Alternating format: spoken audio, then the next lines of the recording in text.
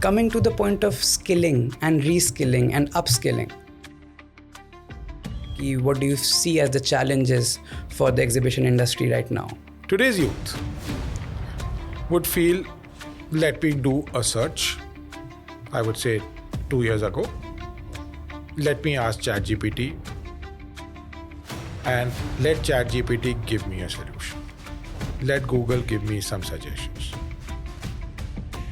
Please keep that in mind that those are only suggestions and advices. The real solution has to be determined by you and plan it out. Young entrepreneurs coming up these days, how do you see them approaching problems? My suggestion, my advice to youth today is start thinking.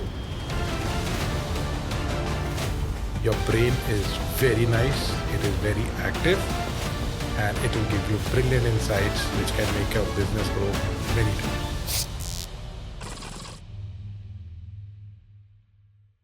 Hello, this is Ashutosh Upadhyay here, and we are honored to be in conversation with Mr. Sooraj Dhawan.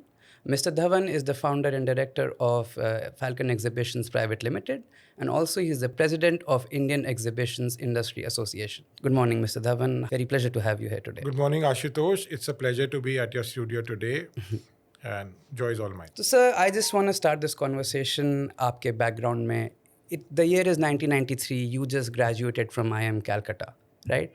And then you joined your father's family business in international trade.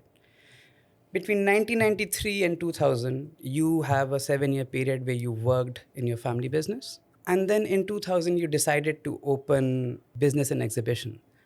What was the insight जो आपको लगा कि मैं इसमें खोल दूँ? And what were the insights that you gained during those 7 years of working in that business? See, when I started working, it was the beginning of computerized era. 1995 was a big role maker in how businesses would perform in the future because internet just came.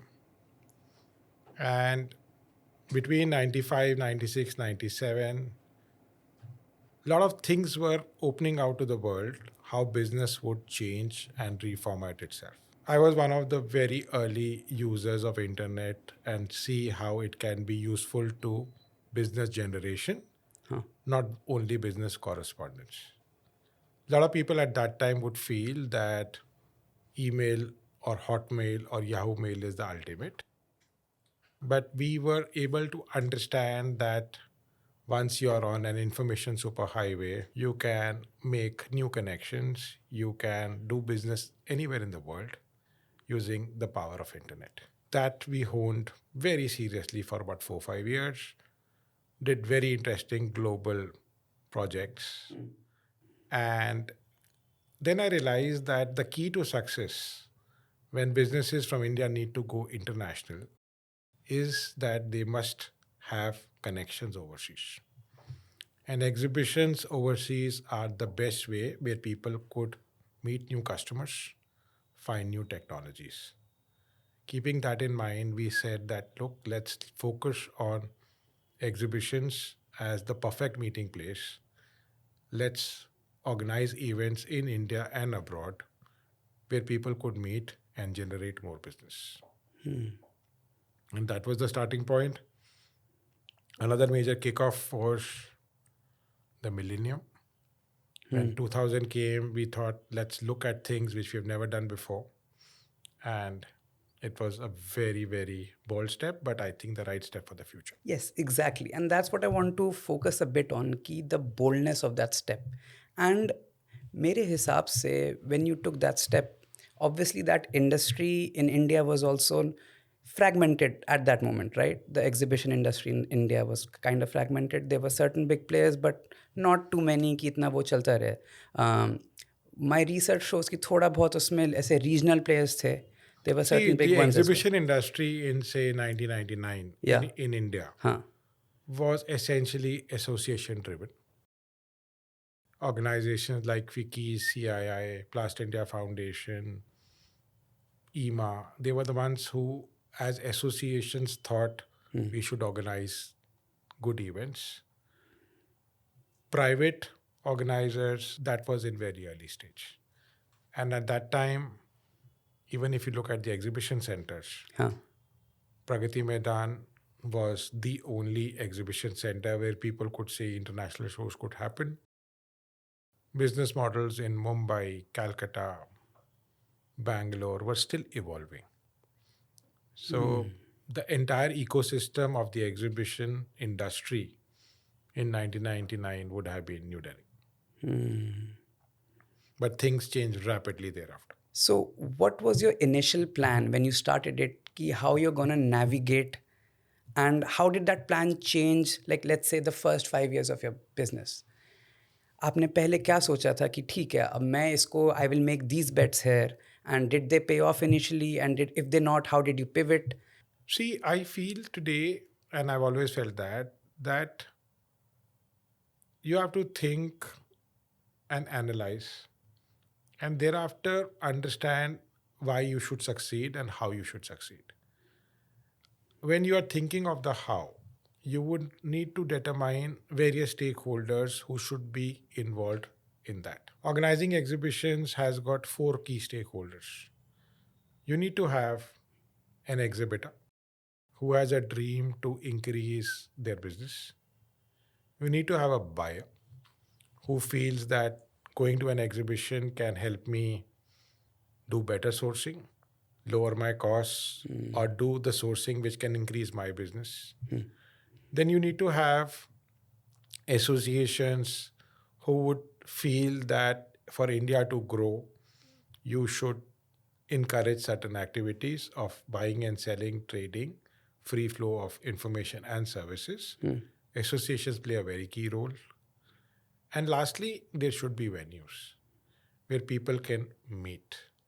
So when you're organizing, planning, synthesizing something for the future, all these four players, discussions, talkings, topics, all matter. And I've always felt that when you are doing some things, talk to people, understand their viewpoints, and then go ahead. And so, sir, with that in mind, how has your perspective on this industry and in the time period since you launched the company to today, how has your perspective on this industry changed? Has it changed at all? How do you approach problems? Do you approach it the same way you did in 2000 when you started it? See, it's a very interesting question. Human psyche is unchanged. Whatever people may say, in their heart, they are keen to meet people, keen to meet people in physical environments, Yeah. happy to enjoy a cup of coffee, a good lunch, and make conversations which can create friendships forever. And exhibitions are meeting places. Yes. You come and meet people, you can exchange name cards, exchange ideas. One 5 minute meeting can be a $5 million order. It can be a 5 billion project as well. But essentially, you are meeting people. So that psyche has not changed. But having said that, a lot of things have changed in how people interact. Role of technology has made some great differences. How exhibitions were done at that time and are being organized today. The role of quality audiovisual has made a very big difference. It has created impacts, created immersive and visual experiences which people have never imagined. Yeah. And then how people come, visit, spend time has changed. Earlier, these were considered to be very formal events. You'll have people jacketed, tied up, and coming up. Today, we feel that the modern youth, the new customer who's coming, is a different breed. Yeah. He is more happy to find that internet was free. He could log on to Wi-Fi. He's happy to pay a cup of coffee for 400 rupees because he has that coffee. So people have changed. But the basic desire to make a contact which can be good for trade and commerce remains unchanged. That's actually quite insightful. And jumping off of that, I recently attended my first conference last year. And to be honest, coming from a tier 2 city, I was very overwhelmed by the whole thing. And what I noticed was, मुझे लग रहा था कि मेरे इर्द गिर्द तो सब लोग, you know, people are having conversations, people are getting deals done, you know, and I just felt left out because I was overwhelmed by the whole sensory experience of it all, and I did not know how to actually navigate through a conference, how to actually, leverage talking to people, because I was talking to people, but I did not know how to do it. So, as a person who has organized events like these for so long, how would you recommend to a 20-year-old who's starting his startup कि एक conference में how do you, what is the best practices for, attending these events, for socializing and networking? This is a very interesting question. Again, if I have to visualize someone who is just 25, who is coming, and knowing that he has just been through 4 or 5 years of COVID isolation, I would suggest as follows. Number one, be natural. You don't have to become someone when you are at a common meeting place. Everyone is here for three core reasons. Number one, to gain knowledge and insights. Number two, to make new friends. And number three, to enjoy the event. All these things really matter. So when you are coming in a perfect strangers conference, I do it so often when I also attend so many events, conferences as a delegate. I am never shy of introducing myself to people sitting on my left and right. In the past, it was through exchange of name cards. In today's time, people have QR codes on their phones, scan it and do it. It works well as well. Yeah. I'm never shy to enter a meeting of 4, 5, listen to what is happening, and be a part of that. See, all 200, 2,000 people in that conference are one community, one breed, one tribe, and you are a part of that. So when you have joined, become a part of that tribe and get into it. You'll see some very senior people. You can sit down and talk and gain their wisdom. You can see people like you. You can just go out and enjoy a glass of beer and come back again. But when you are inside a conference, don't forget these three things: that I'm here to enjoy the event. So you don't have very tall expectations that I should have 2,000 visiting cards in my pocket. In today's technology, if you are part of that network, the organizers ensure that you can reach out to the people in a very tech effective manner. Secondly, when you are there, when you are attending, listening to the topics being presented, be in that moment. I have seen the worst mistake people can do is to attend a 50,000 rupees conference by paying it, and when keynote is happening, everyone is busy on their phones checking WhatsApp messages. It's just not done. If you are able to focus yourself on what is being told, little nuggets will strike your brain, help you assimilate what is in there for you. And it is very important. What I feel that the impact of a physical oxygen breathing face-to-face conference where you're meeting people is significantly higher than what you see on a YouTube or a delayed video or content on demand. So use that moment to be in your thoughtful mode so that you can make insights which matter. And it is good. And I feel that most of the time when people are able to enjoy the conference, get some nuggets home, and meet some people whom they are going to meet again in the future, it's a very good outcome. That's amazing. Because that's an insight that I was missing. Because my initial experience with these was just, I was so overwhelmed because I had this whole list of things that I thought, ki, okay, I need to do this, I need to do this. And in that thought process, I actually missed out on the present, actually listening to the people, having a conversation, वो नहीं हो पाया था, और फिर उसमें that's what I felt that I missed the first time, and I tried to correct the second time, and I saw results. So that's a really interesting insight. Now, sir, one of the things that I want to focus on, that I like really, मुझे ये figure out करना है कि people who have been in industries for a long time have seen ebbs and flows of market, have seen ebbs and flows of society change. तो उस ebb and flow में, जैसे you said कि people psyche stays permanent, एक financial ebb and flow भी हुआ था, because you started it the exhibition वाला company in 2000, right? And 2008 financial crisis came. After that, in 2020, COVID came, which was a huge barrier to any physical meeting events. How did you navigate those, and what were the biggest challenges you faced during those times? See, 2008, 2009, India was fairly well insulated.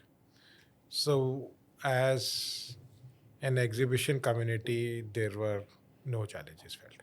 Okay. So, I don't think anything went difficult, complicated at that point of time. One time where things got complicated were Mumbai attacks. So that we felt in Mumbai, the Taj Hotel attacks had made the industry afraid of public events. And that pullback factor was for about 2 years, where people thought that we should rethink, replan. So I would take that as a bigger, impactful incident for the exhibition industry versus Lehman Brothers clash.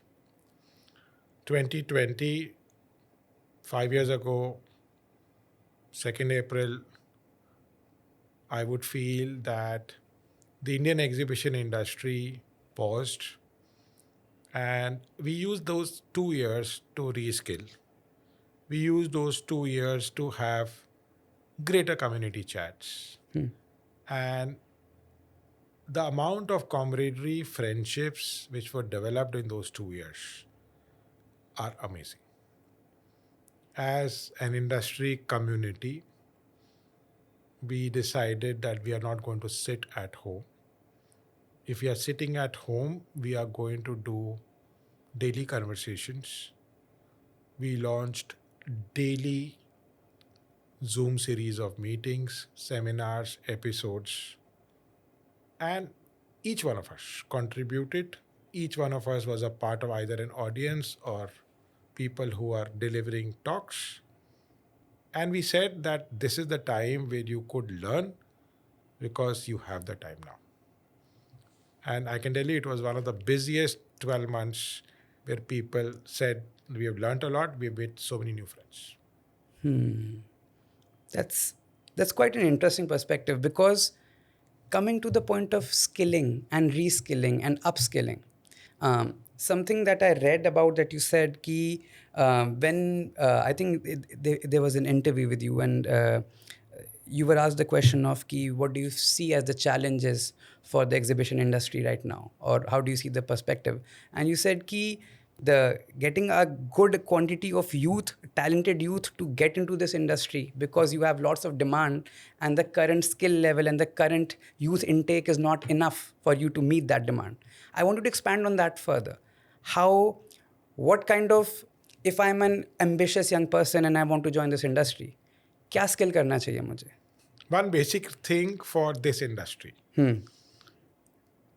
there is no retake, there is no second chance. So you can't say, okay, I'll rework on this and I'll come back tomorrow. So with those 3 days of show, 4 days of exhibition, you should be very confident that there would be some problems which will come. I will find solutions there and then, sort them out, and ensure that my event goes on. Today's youth feels at times that thinking is too hard. And if they cannot think on their own, at times they would find this very complicated. And what I feel that each part of exhibition has got different skill sets. Sales team has done their sales, exhibitors have come, Marketing has done their work very well. Visitors are coming. Operations teams are now setting it up for everybody to be together. Plus, there are so many other ancillary roles where people are doing their responsibilities assigned. To say that I have planned for 12 months for these 3 days is what this exhibition industry is all about. So, there are some shows which happen after 4 years. Just imagine 4 years of planning for a 5 day event. But this is a reality. So, exhibitions are just plain and simple planning exercise. You have to hope for the best and prepare for the worst. That is where I feel that modern youth have to understand that this is not a short 3 day party time. It is serious work which has happened over 12, 24, 36 months, where the execution is happening over 3 days. And when the roles have been defined, people have been trained. At times, it's very difficult to have a change of caste, change of team member, and people just don't get it. Now, coming to your work with IIM Calcutta's Innovation Park, your experiences in an industry which plans for 4 years for a 5 day event, how does that translate over to what you see young entrepreneurs coming up these days? How do you see them approaching problems? And is there any common pitfalls do you think वो सब गिरते हैं उस पे? See, what I feel that how thinking has changed is very remarkable. Earlier, when there was a problem, people would have paper, pencil, scribble some notes, and try to arrive at a solution, make a few phone calls, talk to a few people. Today's youth would feel, let me do a search, I would say 2 years ago. Yeah. Let me ask ChatGPT now, and let ChatGPT give me a solution. Let Google give me some suggestions. Please keep that in mind that those are only suggestions and advices. The real solution has to be determined by you and plan it out. I feel that today's youth should develop more insightful thinking on their own and feel that we cannot be dependent on technology to think for them.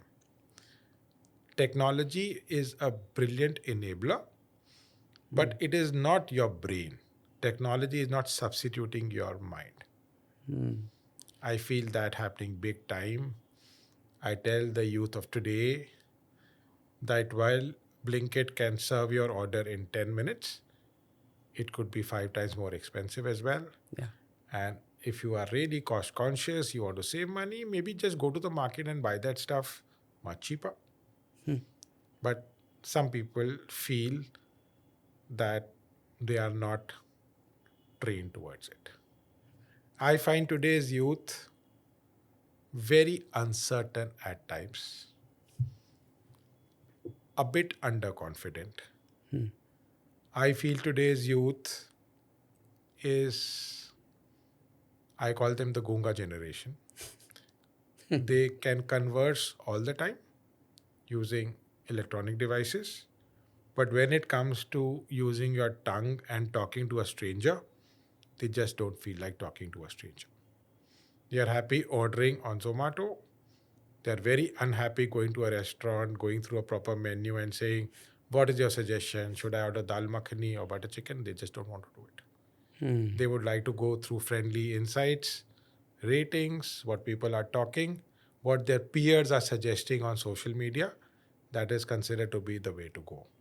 My suggestion, my advice to youth today is start thinking.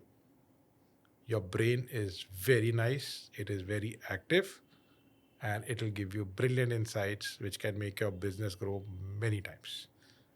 In IIM Calcutta Innovation Park, we are seeing some top of the line startups who have such great ideas. And all of us are working towards incubating them to see that they become the unicorns for the future.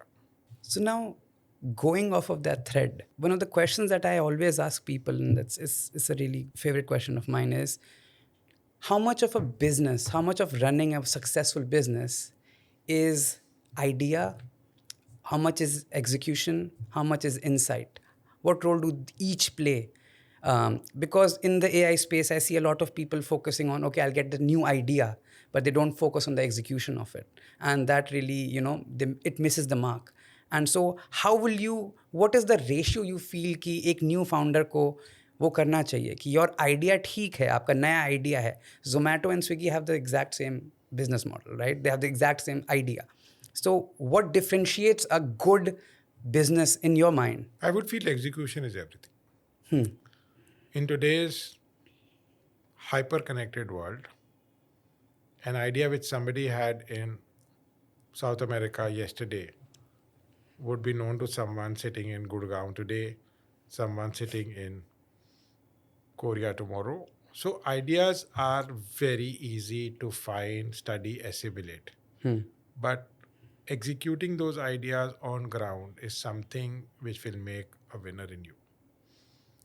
And most of the Indian startups who have done unicorn status, if you would analyze them, most of their ideas were based on what they saw in US, what they saw already in US startups at that point of time, and they bought and tried to create Indian versions of the same. And again, execution matters. That is why they're done much better than what their original ideas were. So now, going off of a point that you mentioned in your last answer about information, and this is something that really fascinates me because as you were talking about key youth today has access to a lot of information. If actual insight about an industry is a needle in a haystack, we are putting more hay on top.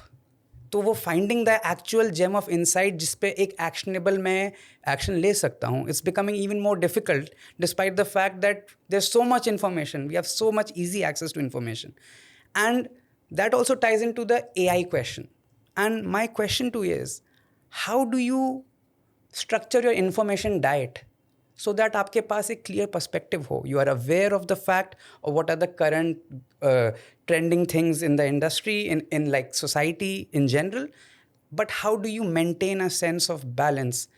कि information overload से, how do you get insight from information? See, in India, it's very easy for you to have a packed day without any achievable outcome. 3 hours of IPL, 2 hours of Netflix, 4 hours of WhatsApp messaging, and the day goes very bravely, where you say, I was so busy, but in reality, little has been achieved. I feel that Indian youth has to understand that there is no substitute for original thinking and hard work. And one has to understand that there are so many distractions which have been planted to dissuade you from hard work and make you a very normal, average human being. If you are able to jump out of that and focus on 3-4 hours of real good work, it's more than enough for you to create a business empire. Having 3-4 hours of good, serious, deep work, meaningful conversations, talking, Zoom calls, talking to people who matter, going around and seeing things, and doing follow-up activities for the rest of the day is more than enough. Today's youth is definitely having information overload. They are also having a lot of peer pressure, which could be genuine or non-genuine. They have also a lot of social media generated pressure, which is most of the cases very, very make-believe and hyped. So they are actually confused at what is true, what is truth, what is not. That is where you need to think for yourself that what do you think is the right way for you to proceed. And thinking is a very tough job. Most of our brains have not been used at all for last several years. We are thinking that we are using tools to enable our thinking. Those tools are essentially devices for you to focus on your thinking. Assimilate information available, but do what you think is correct. It's very fascinating. Because I feel at any point of time, if you have to make your own endeavor grow, make bets. वो आपको constantly bets करते रहने हैं, and some of those bets will fail, some of those will succeed. All you have to do is push forward from the learnings from those bets.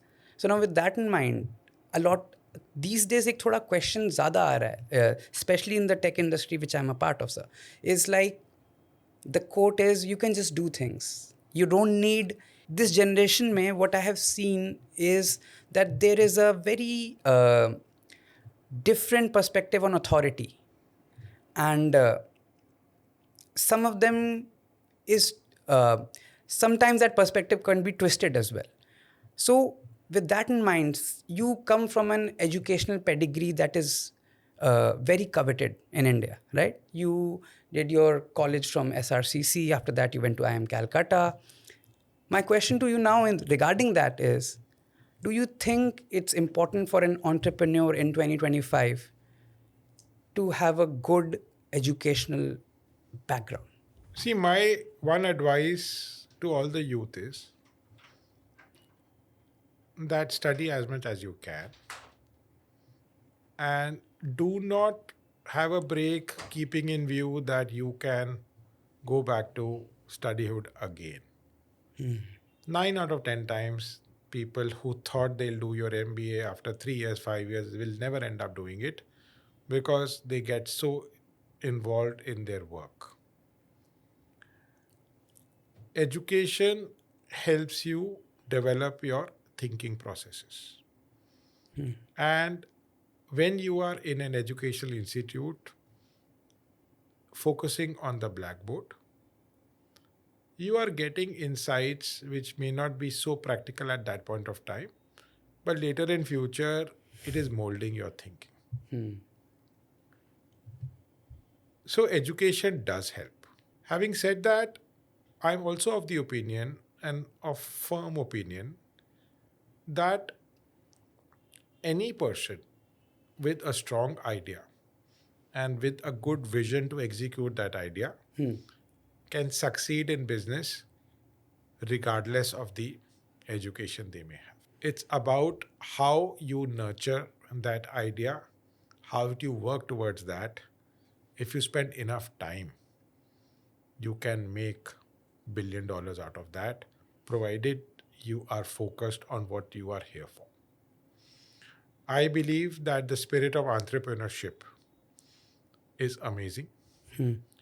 I believe that anyone who is running his business, regardless of the size, is a very well respected, established human being, and people should appreciate his grit that he has been able to earn a livelihood on his own, get his money in his bank on his own without being dependent on others. And they deserve much more respect than people actually give them. Someone who is having his fruit cart, someone who's running a small restaurant are business people. They are running their businesses. They may be earning less than you, but if they are running their businesses, they should be respected. And that applies for anyone, anywhere in the world, regardless of what business you are in. You are in business because somebody in the world thought there was a demand for that service. Yeah. So appreciate that. Don't say that why that business is so exciting, why my parents' business is not so exciting. But anybody who is serving the needs of the requirement of the market deserves highest respect. In the exhibition industry, we see this so much times because when we are having our service partners, Some people are very glamorous roles to play. Some people play fantastic behind the scene roles. But we know who made the real difference in the success of the exhibition. So the entire business community deserves much more respect in creating jobs, in creating capital out of sheer ideas, which were not left to remain as ideas, which were converted into a tangible product or a service. And tools like AI can make that service journey much shorter, much quicker as well. That's great. So we're towards the tail end of our conversation here, sir. And one of the things that I want to ask you is you have an extensive amount of experience in international trade. Now, with that and the insight it has given you, how does the India of 2025, the ambitious entrepreneurial class, regardless of what their financial backing is, how do we actually establish a bigger role for ourselves in the global stage? See, today, the youth of India are in such a brilliant spot that they can change the face of India, the face of their family businesses, their individual businesses, to proportions which are unimaginable. Over the last 75 years of India's independence, 75, 80 years, whatever we will turn soon, India is still in that 2% bracket. 2% of exports, 2% of global trade. Even the exhibition industry in India, as compared to global numbers, is a very small number. But the good part is that the whole world is looking at you, looking at India as the next bright spot. It'll be very foolish if people who are actually thinking of expanding their businesses don't do that now. But again, it is how your idea will be converted into execution. Don't stop at proof of concept stage. Don't stop at saying, I am bootstrapped, what I can do. Keep on doing. And if that idea does not work, look at another idea, because there is so much of good opportunities available. And if so many people are in a relaxed mode, enthused by the Netflixes and the IPLs of the world, maybe if you devote that time to your business development, you get 5 hours of extra productive time. Yeah. And that can make a big difference. That's amazing. That's amazing. So my last question to you, sir, is you have a thirst for knowledge, and because of that, you read a lot. And one of my questions that I want to ask you is, if you were to be deserted on a island, which books will you take? But with one caveat, spiritual books are not allowed. Excluding that category, which books will you take that have given you so much insight that you can read them again and again and again?